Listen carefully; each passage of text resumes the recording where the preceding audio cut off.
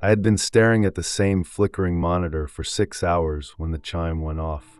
It was 3:44 a.m., and the motion sensor in the North Cascades Trailhead parking lot had just been triggered. The problem was, the park has been closed for 3 weeks due to the washouts, and the gates were locked from the outside. I leaned into the screen, the low-resolution black and white feed grainier than usual because of the heavy mist rolling off the peaks. At first, I thought it was a deer or maybe a black bear, something heavy enough to trip the infrared. But as the camera panned slowly to the left, I saw a pair of boots.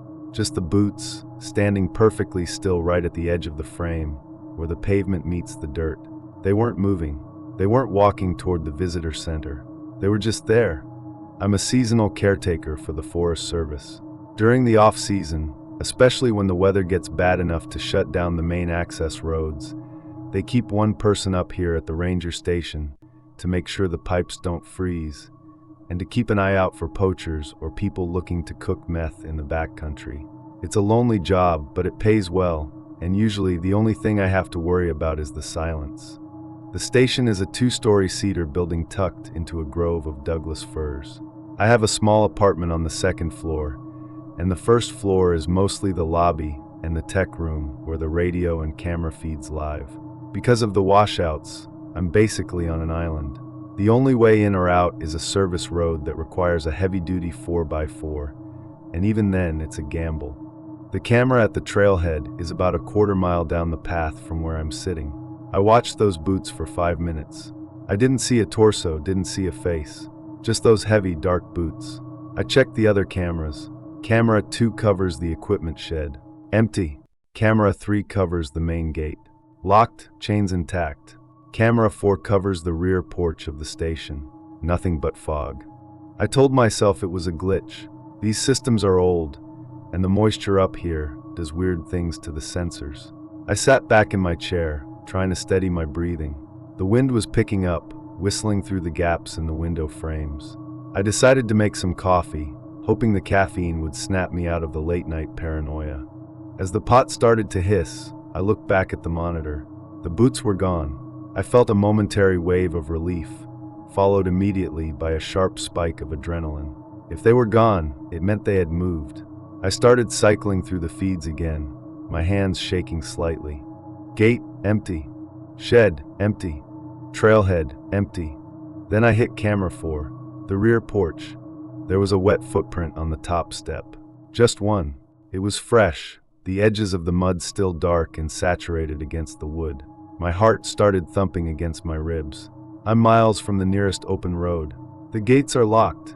There are no cars in the lot. To get to my back porch, someone would have had to hike through 4 miles of dense, vertical forest in total darkness in the middle of a Washington winter. I grabbed my heavy flashlight and the radio. I'm not a cop, and I don't carry a gun, just bear spray. I walked over to the back door, my socks silent on the linoleum. I didn't want to turn on the porch light. I didn't want to announce exactly where I was. I just peered through the small, reinforced glass window in the door. The mist was so thick I could barely see the railing. I clicked the flashlight on for just a second, sweeping it across the porch. Empty. No boots. No person. But the footprint was definitely there. It was large, size 11 or 12 maybe, and it was pointing directly at the door. "Hello," I called out. My voice sounded thin and pathetic. "This is government property. The park is closed. You need to identify yourself." No answer, just the sound of the wind and the dripping of water from the gutters. I went back to the tech room. I needed to see how they got from the trailhead to my porch without hitting camera 2 or 3.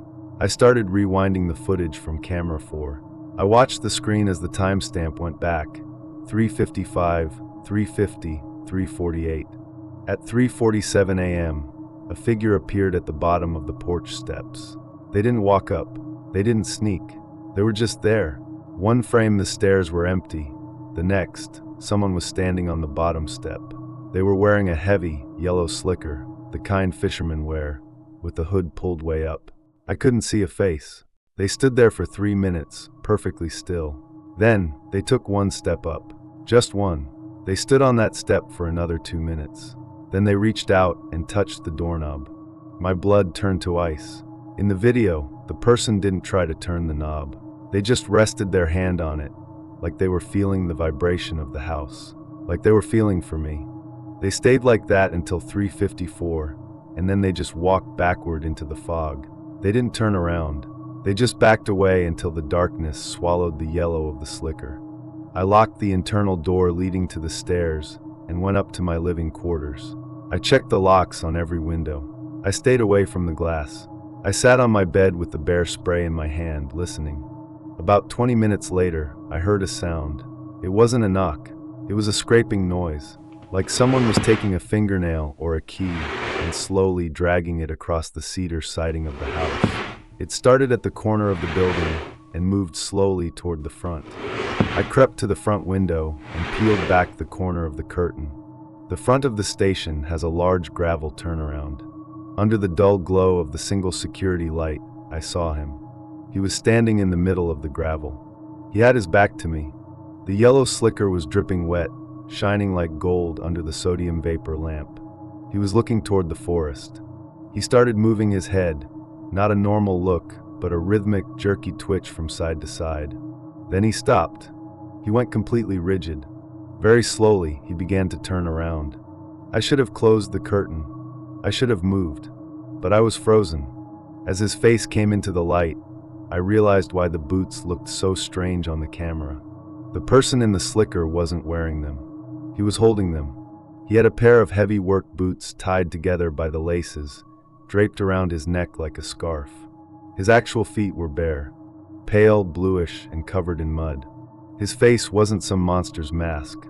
He looked like a normal guy, maybe in his late 40s, but his eyes were wide, so wide I could see the white all the way around the pupils. He was grinning. Not a happy grin, but a desperate, painful-looking stretch of the mouth. He looked up at my window. He knew exactly which one I was standing behind. He lifted a hand and pointed a finger right at me. Then he did something that still keeps me awake. He took the boots from around his neck, set them down on the gravel in front of him, and stepped into them. He started walking toward the front door. Not running, just a slow, heavy trudge. The sound of the gravel was deafening in the silence of the woods. I ran to the phone. No dial tone. The lines must have gone down in the storm, or he had cut them. I grabbed my cell phone. No service. I'm in a dead zone. That's why we use the landline and the radio. I ran to the radio. Base, this is Station 4. Does anyone copy? I have a 10 to 96 on site. I need assistance. Over. Static. Just heavy, oppressive static. I heard the front door handle jiggle. It was locked with a heavy deadbolt, but the door itself was old wood. Go away! I screamed. I have a weapon. The police are on their way. The jiggling stopped. I can hear you breathing, Ben, a voice said. My name is Ben, but I hadn't told him that. There's no sign on the door with my name on it. My mail is delivered to a P.O. box in town. How do you know my name? I shouted, my voice cracking. You left your logbook on the dashboard of the truck, the voice replied. It was calm. Too calm. You shouldn't leave the windows cracked. The rain gets in. It ruins the paper. I remembered then. I had gone down to the truck earlier that afternoon to grab a bag of tools. I must have left the logbook on the seat. The truck was parked about 50 yards away in the trees. That meant he had been here for hours. He had been watching me since before the sun went down. What do you want? I asked, trying to keep the panic from taking over. It's cold out here, Ben, and it's so quiet. Don't you hate the quiet? It makes you think about things you'd rather forget. He started thumping on the door. Not a knock, but a rhythmic beat with the heel of his hand. Thump, thump, thump, thump, like a heartbeat. I'm calling the sheriff on the radio. I lied. They're 10 minutes out. The bridge at mile marker 12 is gone, Ben, the voice said. No one is coming. You know that. I saw it on my way up. I had to walk around the gap. It took a long time. He was right. If the bridge was out, I was completely cut off. The thumping stopped. I heard him walking away from the door. I thought maybe he was giving up. Maybe he was going back to the woods. I went back to the monitor room, keeping the lights off. I looked at the feeds. He wasn't on the porch. He wasn't in the driveway. I checked camera 2, the equipment shed. The door was open. I knew I had locked it. I watched the feed. He was inside. He was rummaging through the tools. He picked up a Pulaski, a heavy tool used for firefighting that has an axe on one side and an adze on the other. He swung it once, testing the weight.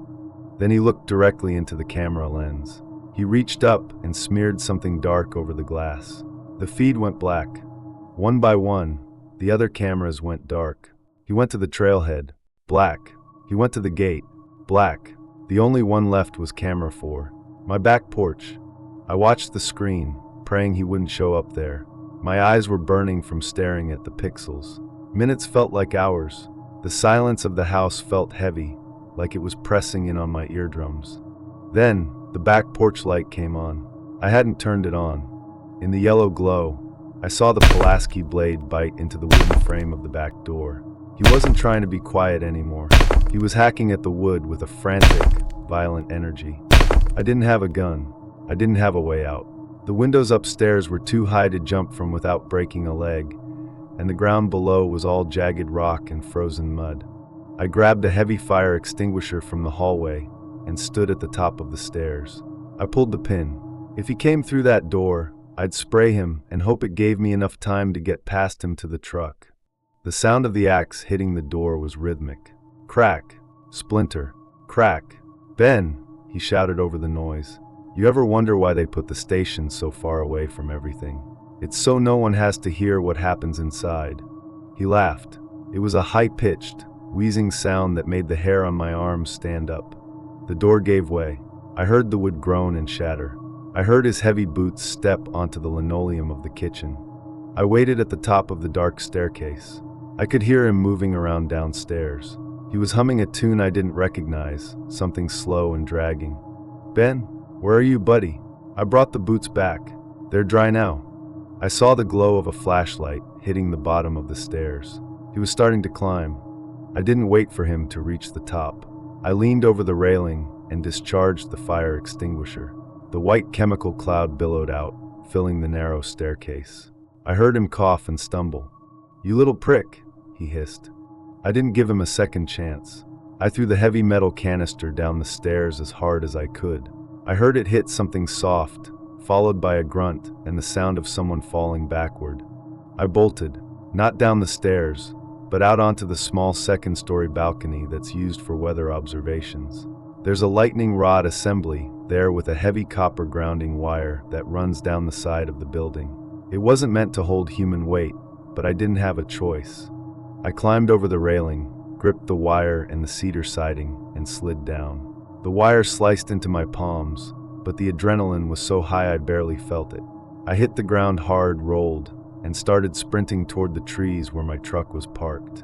I didn't look back until I reached the tree line. The station was glowing in the mist. I saw a figure emerge onto the second-story balcony. He was covered in white powder from the fire extinguisher, looking like a ghost in the yellow light.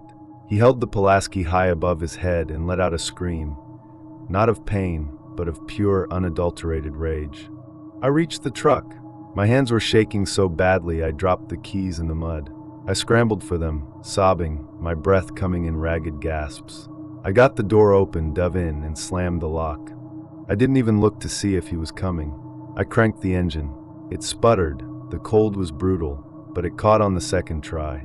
I slammed it into 4 low and floored it. I drove through the woods, bouncing over rocks and stumps, ignoring the sound of branches scraping the paint. I didn't use the service road. I knew he'd expect that. I drove through the brush until I hit the main hiking trail, which was just wide enough for the truck. I drove for 3 miles until I hit the washout. The road simply ended in a pile of twisted asphalt and mud. I sat there in the cab of the truck, the engine idling, the headlights shining into the abyss of the ravine. I was trapped. I couldn't go forward, and if I went back, he was waiting. I locked the doors and pushed the seat back. I kept the engine running for heat, but I turned off the lights so I wouldn't be a beacon. I spent the rest of the night with the bear spray in one hand and a tire iron in the other. Every time a branch snapped or the wind shifted, I jumped. I watched the mirrors until my eyes ached. When the sun finally came up, the mist cleared just enough for me to see the trail behind me. It was empty. I eventually managed to get a weak signal on the radio by driving to the highest ridge I could find. A SAR helicopter picked me up 2 hours later. When the Rangers went back to the station with the state police, they found the back door chopped to pieces. The interior of the station was trashed, but they didn't find the man in the yellow slicker. What they did find was my logbook. It was sitting on the kitchen table. Every page had been filled in, but it wasn't my handwriting.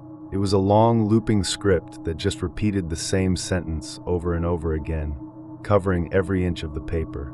The quiet is a lie, Ben. It's just waiting for you to stop talking. And there was one more thing. In the middle of the room, they found the boots. My boots. The ones I had left in the mud room. They had been cleaned, polished, and placed neatly side by side in the center of the floor. Inside the left boot was a small, wet piece of yellow plastic. A piece of a slicker. I quit the Forest Service the next day. I moved back east, away from the mountains, away from the big timber and the fog. I live in a busy apartment complex now. I like the noise. I like the sound of sirens and neighbors arguing and trash trucks at 5 a.m. But sometimes, when it rains, I'll be sitting in my living room and I'll hear a sound. A soft, rhythmic dragging noise against the outside wall. Scritch, scritch, scritch. And I'll look down at my feet and I'll wonder if I'm really wearing my own shoes, or if someone is just letting me keep them warm for a while. The police never found out who he was. There were no missing persons reports that matched his description. There were no footprints leading away from the station, only the ones leading to it. I still have the truck. I should sell it, but I can't bring myself to do it. Sometimes, when I'm feeling brave, I'll go out to the parking lot and check the dashboard. Most days, it's empty. But last Tuesday, there was a handful of wet gravel sitting right on the steering column. And the North Cascades are 3,000 miles away.